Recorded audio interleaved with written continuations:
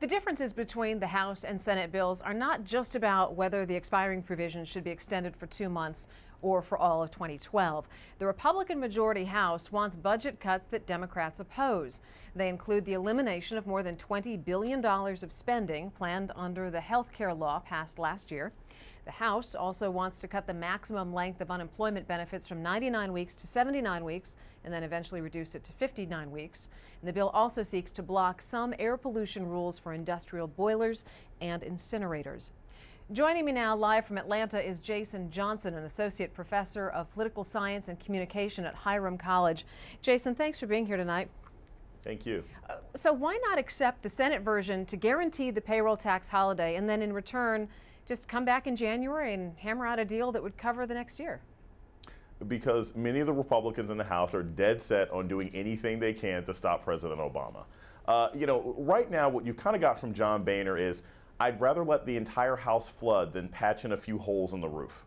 There's a Senate bill that exists right now. You've got Republicans in the Senate who agree with it to extend for 2 months, and the House just won't do it. They really want to try and stop President Obama. You know, the House says it wants to assemble conferees to negotiate a new bill and that it'll stay as long as it takes to make that happen. Senate Majority Leader Harry Reid says he's not going to budge unless the House passes the Senate version. So it just sounds like we're at yet another impasse. Oh, this is an impasse, and this is one that's actually really going to hurt the American people. If you look at it, unemployment went down last month. This is one of the best Christmas seasons that we've had in the recession, and this is the kind of news that stifles economic growth. The problem is, for both Barack Obama and the House and the Senate, is the American public doesn't really care who's responsible. People and American voters are just angry this is happening, and Boehner is not helping the situation. So we have legitimate bipartisan politics for maybe the first time in years, and they still can't get it done. What is Congress as a whole, Democrats and Republicans, what has it devolved into? It's devolved into a big food fight between kids. And everybody is throwing spaghetti, back and forth at each other. That's essentially what we have right now.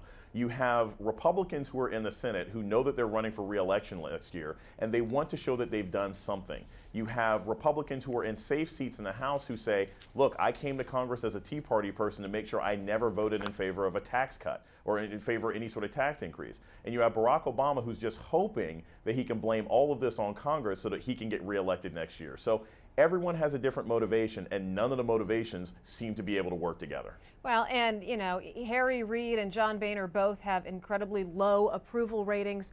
How do you, one, move forward from such a low point, and is it possible to really get anything done before the end of the year? If you think back, this is the same thing that we had with the super committee situation.